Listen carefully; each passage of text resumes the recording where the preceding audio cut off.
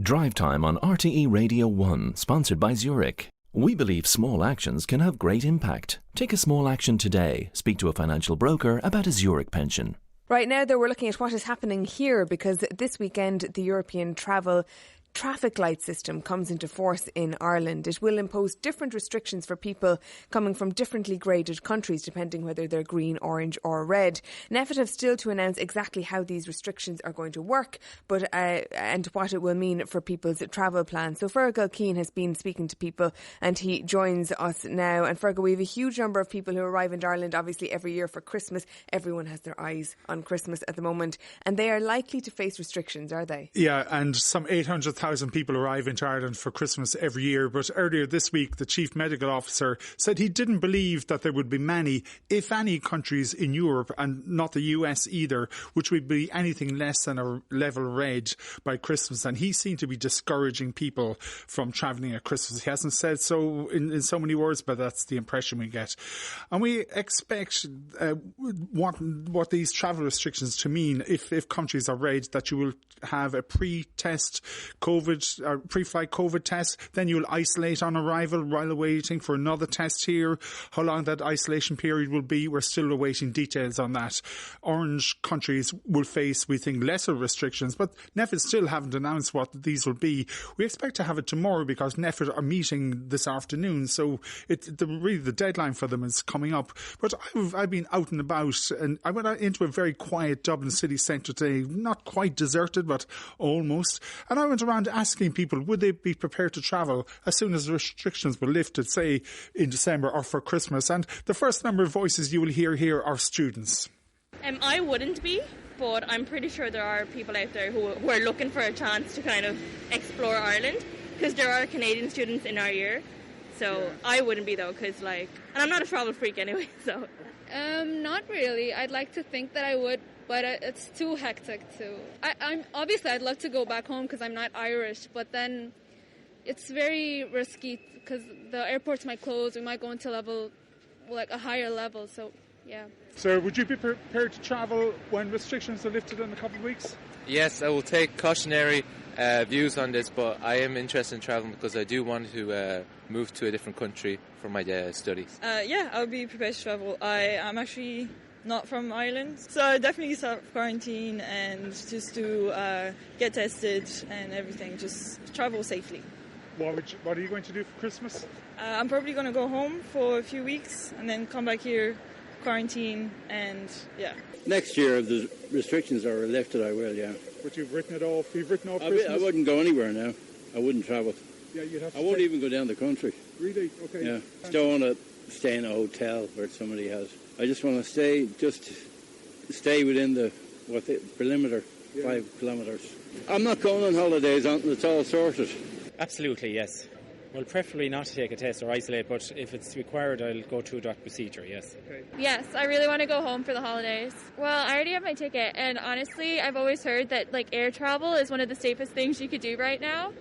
So I traveled here in the middle of a pandemic, so. Yes, I will. I'll be flying back to Canada. And then also once I arrive in Canada, I'll wait 14 days and then take another COVID test just to make sure everything's good. And when you come back, so that's 4 weeks out of your holiday. Yeah, I know. But, at least I'll be home with family, so. I don't think I'm going to bother this holiday season. It's just a lot of time to quarantine, and it's a lot of hassle. I don't know if the flights are going to get cancelled or what, so.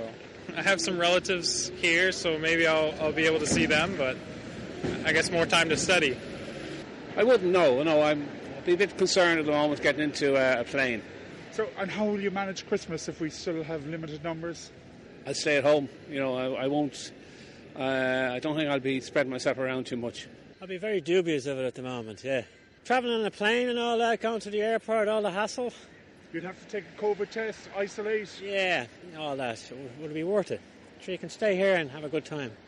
Interesting, isn't it, Fergal? People aren't exactly rushing to the airport. So, generation gap. The younger people are prepared to travel, older people are not. Yeah, and they're looking at the hassle, as your last speaker was saying there. What does all of this mean then for the travel industry? Because travel agents, they really must have been through an awful lot this year. They're the group who I think probably have suffered the most during the pandemic. If you go on various websites, though, you'll see various offers available for next summer or even for skiing over the winter. But I'm told that nobody is booking these, and there's doubt whether you can even travel to some of those countries. And I spoke earlier to Pat Dawson of the Irish Travel Agents Association.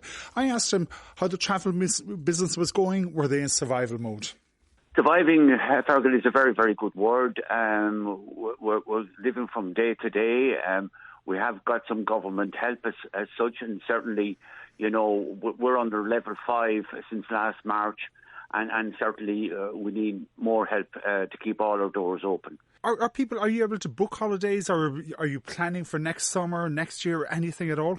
Nothing at all, no. I wouldn't say we wouldn't have any money even to pay for lights in an office as such. We're all working from home. Certainly there is no business out there. We're spending all of our time, trying to get refunds from Ryanair in particular, and also trying to facilitate queries from customers as such.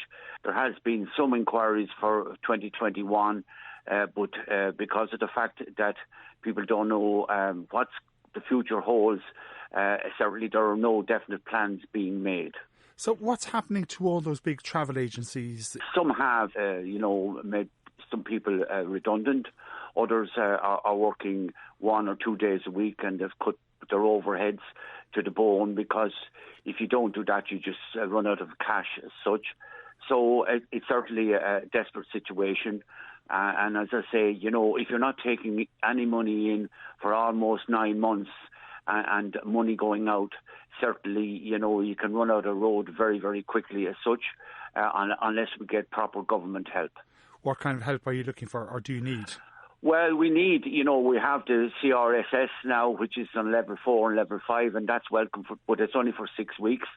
And certainly, we're on level 5 all the time, and certainly we need it until there is full opening of airports and it's safe to travel. Are people taking a punt on next summer and booking anything for next summer? Not really as such. Many who were booked for 2020 have moved on to 2021. There are many hundreds of thousands that would have done that, but certainly no, because of their experience with flights going and they can't get their money back as such. So people are very, very careful with money, and of course, many people are on short time or have lost their jobs. So certainly they wouldn't have that finance in place at the moment. Well, for more on this, we're going to speak now to Polo Cornelia, who is travel editor with the Irish Independent, and who's hopefully going to shed a bit of light on exactly how this new EU traffic light system is all going to work. And thank you for joining us this afternoon, Polo. I suppose, firstly, how is it determined if a country is going to be green or orange or red, and how often can we expect those ratings to change? Yeah, that's a good question. Hiya, Sarah. Thanks for having me.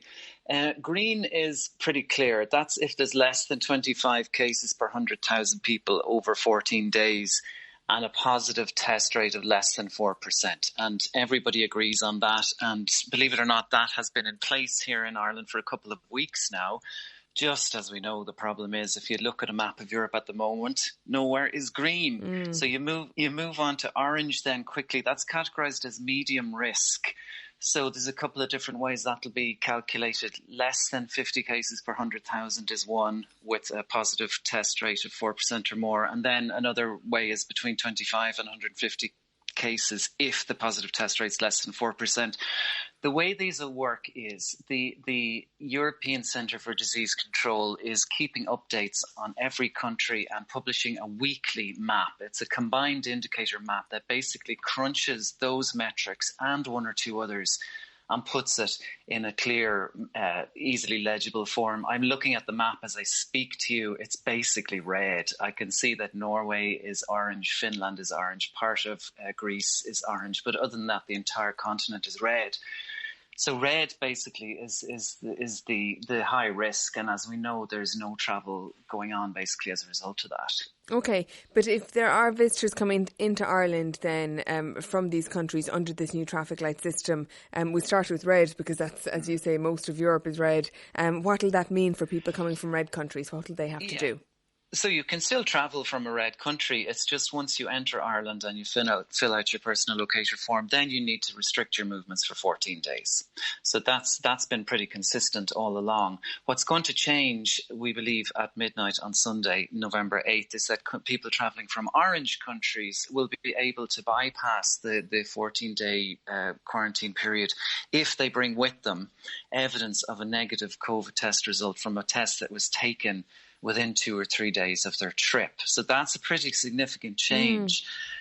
Red isn't going to change for the moment. We think it may change in the future. We don't know exactly when, to people who come and then take a test within 5 days. If it is then negative, then they'll be able to shorten their quarantine. But as I mentioned to you earlier, even the orange chat at the moment, it's hardly worth having because there's only 2 or 3 different countries that qualify as orange. That's one of the whole problems, Sarah, and what makes it so hard for people out there to plan about Christmas or anything else is we know what, I'm looking at the map now, I know what it is now, but what's it going to be next week? What's it going to be in December? What's it going to be on Monday, December the 21st, which is when in any other year you'd be out at the airport watching all of those tier reunions. It's just impossible to say. I suppose the hope is for people that in Europe, at least, because there are sort of ongoing lockdowns now because the situation has gone in the wrong direction, that maybe we might be all going in the right direction in a couple of weeks' time, but that's fingers crossed on that one. Can I ask you about outside of the EU then? We have a text here from Mary in Charleville and she's wondering about Canada. She says, I'm interested in Canada's status as I'd love my son to come home for Christmas. So this green list, red list, whatever, traffic light list doesn't apply outside of the EU? No, it's an EU system, and that's basically what we've been talking about for the past several months. Look, for all intents and purposes, since March or April, travel outside of EU has been off radar for most people. You can still do it, but you need to look at the entry restrictions on the country you're travelling to, and then you need to bear in mind that it's not just traffic lights at one end. When you come back to Ireland, which is red, then you're going to have to self-isolate for 14 days. So your listener's son coming from Canada, presuming the flights are available, and obviously you need to check that in the first instance, when you come in, he'll have to not only do the 14-day restriction, but if we're, God forbid, if we're still in a high level of lockdown at that time, he'll have to live under those lockdown rules. So that's another sort of disincentive to travel at the moment. So if he wants to come home, he needs to start planning for 2 weeks to be here, 2 weeks in isolation or self-restricting his movements before Christmas. All right, we'll have to leave it there. No doubt there'll be many more questions around this in the run-up to the Christmas period. But Polo Keneally, travel editor with the Irish Independent, thank you very much for joining us this evening.